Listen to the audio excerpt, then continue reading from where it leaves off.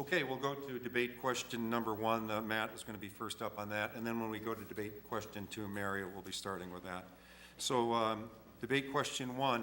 Like Pete mentioned here, these candidates have been getting a mountain of information from me. And I would say if they printed it all, I don't know the exact thickness, could approach a telephone book. So that's how many, we've just completed our, what's called our Plan Hermosa, which is a thing that's we've been working on for 4 years. And so that was just adopted by the City Council. There's many other points that are also within the City Council agendas that they've also gotten documents relating to that.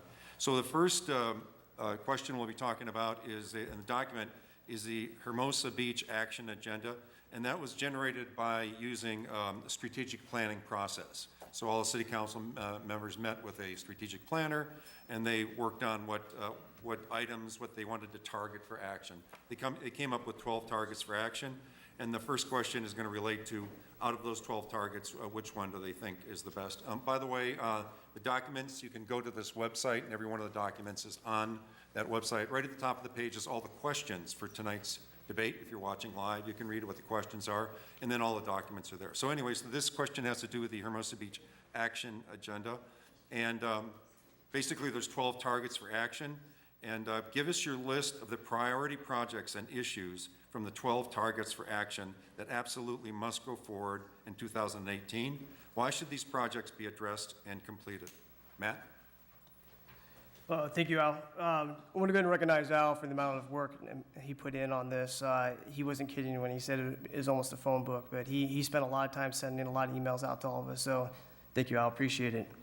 So of the 12 priorities, I selected 3, and first and foremost, I would say our financial policies, because everything we do basically comes down to money. We have a lot of projects that we have on the table, but really a lot of them don't happen because of funding. So basically, our funding and our economic development for the city has got to be the highest priority. And obviously, the Pier and Strand Hotel is going to be a great revenue source for our city. The second one I looked at is when it comes down to it, basically everything comes down to it's either public safety or infrastructure. I believe those are the 2 biggest priorities for our city. So number 5 would be our infrastructure. We have our city hall, our fire and police, and our public works, which would be our public yard. I had a chance to go out there and visit with the superintendent, Ellis Freeman. He took me around the yard and showed me the deficiencies the city has. These are the people that run the city. This is what makes our city runs. We got to take care of the people who take care of us. So I think fixing that city yard should be a top priority. And then number 12 would be the board and commission reviews. Been an outspoken advocate for that we need a public safety commission.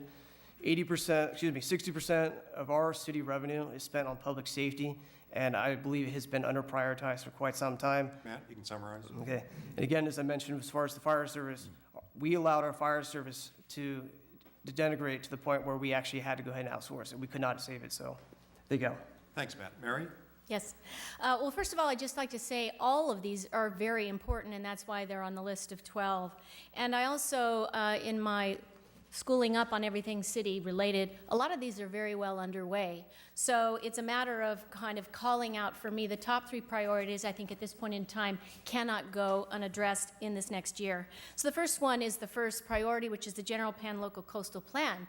Now we actually have the general plan done, but the Local Coastal Plan, as I understand it, is a foundation that we need so that we can prepare to get permissions from the Coastal Commission so that when we are ready to move, that we aren't held back in any way. And this is just something I've seen too often in organizations where seems like you can push it off. And I think we just need to get going on that and make sure that we are queuing that up and getting ready. Second, I agree with Mr. McCool, financial policies, long-range financial plan. I think we have a very strong financial management process, and every year this is ongoing.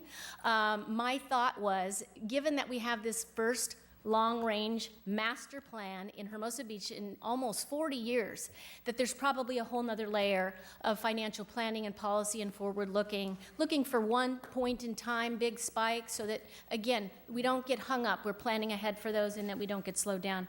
Finally, city infrastructure master plan. This is pavement management, sidewalk, sewer, storm drain, streets and water quality, and so on. This cannot You can summarize? Okay, yes, thank you. This is well underway as well. I listened to a couple of studies on 8th Street sidewalks and storm drain just about a week ago. And again, we need to take care of this stuff as the foundation for the future. And if we don't, we could be in some serious, it's not as always as visible as you might want to see, but it's incredibly important. Thank you. Thanks, Mary. Haney?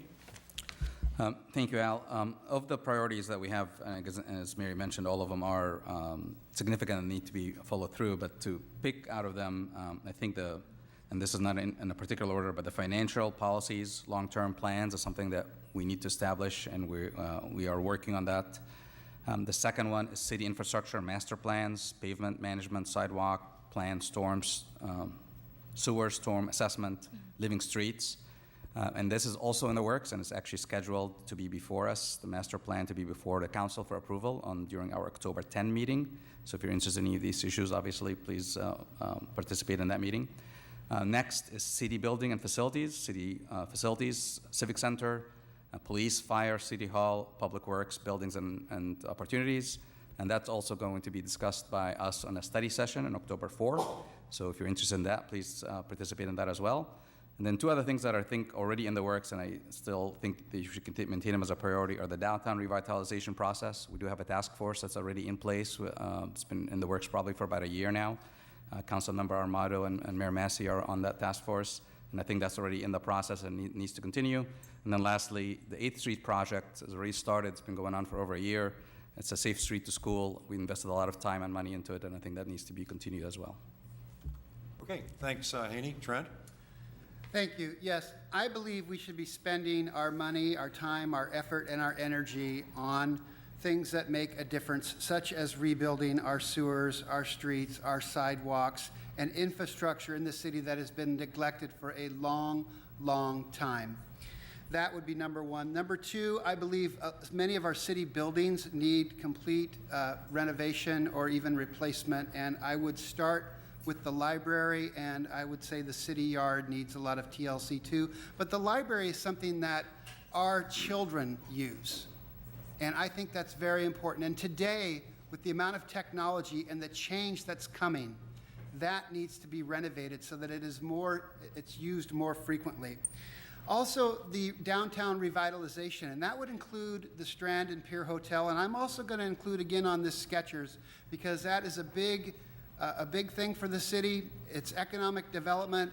A lot of the revenue from that is already baked into the cake. And when we talk about long-range financial plans, we are lucky here in Hermosa that we live in this great little city right on the beach, because property values here are rising fast. They're shooting skyward. And that brings in a lot of additional revenue, and really we don't have to do anything for that other than the price of the properties go up. So that's great. We can forecast off that. Summarize, please. Lastly, I believe also the 8th Street project, we've been kicking that around for a long time. It is a safe route to school, and it does need to be repaired. And that's something we can sink our teeth into and point to that we actually did. Because a lot of times we just talk about stuff and nothing happens. Thanks, Trent. Pete? Thank you. First would be and these aren't in any real order, but the financial policies. Without a financial policy, we can't implement any of these actions that we're talking about, so we really need to sit down, figure out where funds are going to come from so we can prioritize and get some of this done. Downtown revitalization, that's an important item, but also we should not forget the PCH Aviation Business Corridor. That's a very tax incentivized area where we really draw a lot of our sales tax from. Once again, I mentioned the PCH Aviation Corridor. The 8th Street project, which is really an ADA improvement and safe route to school. This has been in the making for over 4 years. It should be completed, hopefully. I want to see it by 2018, the summer of.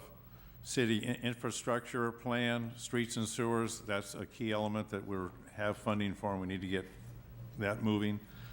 City buildings and facilities, we need to improve facilities so our employees can work in a positive environment. But without building consultant dreams of costly structures, I think we can do it more affordably than having consultants come in and tell us what we really need to do. The local coastal plan is another item that will help streamline building Pete, you can summarize. commercially and residentially. And I believe the last one is, and that's it. Thank you. Okay, thanks, Pete. Stacy? Thank you, Al. In organizing any list of priorities, my first priority is to protect the health and safety of our residents, retain and enhance our sense of community, and represent the residents of Hermosa in an honest, open, and transparent manner. Before setting any spending priorities, I would work to ensure that the city was on a solid financial foundation with a comprehensive financial plan for our future. Some of these items on this list, like PCH and aviation, have been on our priority list for over a decade. That project is actually stalled once again by Caltrans. And you don't elect your council members to just develop a list of priorities. You elect us to get things done. I'm proud to be a part of a council that has completed many of these priorities, including our general plan, city infrastructure master plans that were just completed, and our labor contract negotiations with our unions. I'm also proud to report that these priorities are all moving forward right now. Our fire station is being upgraded, and we are meeting in a study session next week, if you would like to attend, to discuss how we prioritize improving all our municipal buildings, many of which were built in the 1950s and hardly upgraded since. Our 8th Street sidewalk improvements should commence construction by the end of the year, and construction should commence shortly for our streets, sewers, sidewalks, and storm drains now that our master plans have been completed. Oh, great. Thank you.